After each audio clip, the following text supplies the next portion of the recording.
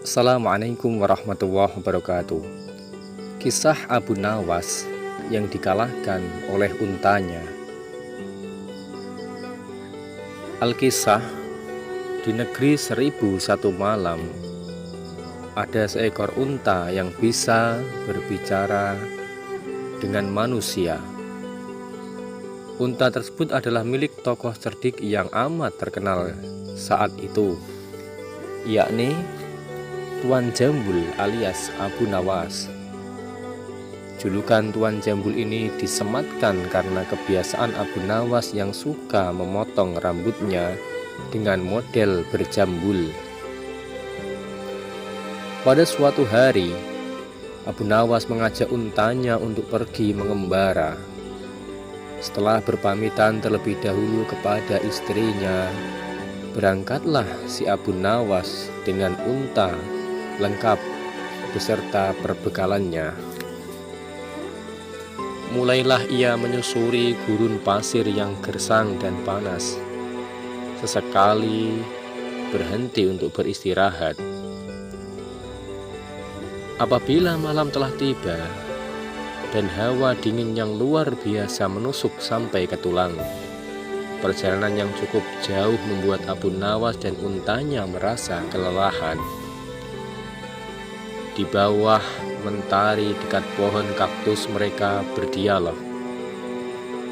"Tuan, apakah perjalanan kita ini masih jauh?" tanya si unta. "Iya," sontak si pemilik unta yaitu Abu Nawas menjawab. "Wahai unta, kita harus melewati 2 gurun pasir lagi. Setelah itu kita baru akan tiba di sebuah desa terdekat.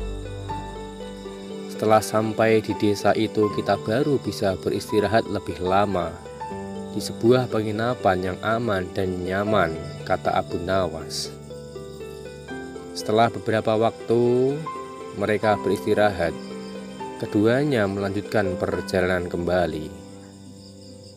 Siang sudah berubah menjadi gelap. Tanda malam telah tiba. Abu Nawas pun menghentikan perjalanannya untuk sementara.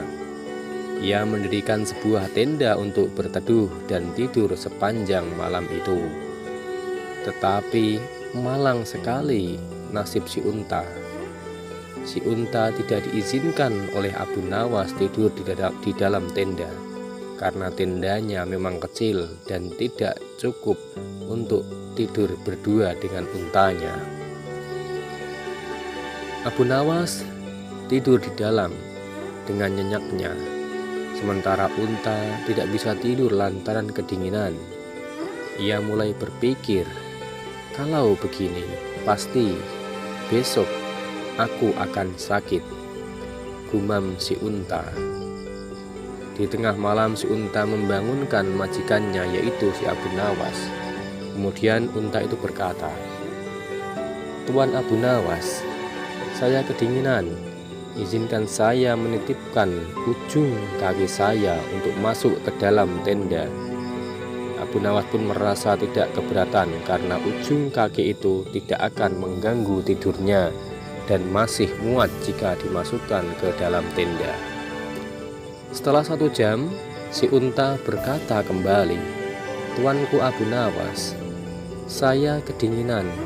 Izinkan saya memasukkan kaki depan saya ke dalam tenda agar besok saya kuat berjalan membawa tuanku Abu Nawas di punggung saya."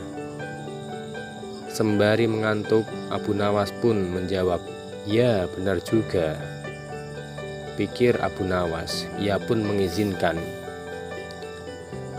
1 jam lagi si unta berkata kembali, "Tuanku, hidung saya mulai berair. Besok saya akan sakit dan tidak bisa membawa tuanku di atas punggung saya. Izinkan kepala saya berada di dalam tenda." Demikianlah jam demi jam berlalu, hingga akhirnya Tuan Jambul tak menyadari jika sekarang dia telah tidur di luar tenda karena berdesak-desakan dengan unta. Ia pun merasa menggigil kedinginan sampai pagi harinya. Ia baru menyadari jika dirinya tidur di luar tenda. Melihat untanya masih nyenyak di dalam tenda, si majikan pun atau si Abu Nawas membangunkan dan menanyai unta tersebut, kenapa dia bisa tidur di dalam tenda sementara Abu Nawas sebagai tuannya di luar tenda.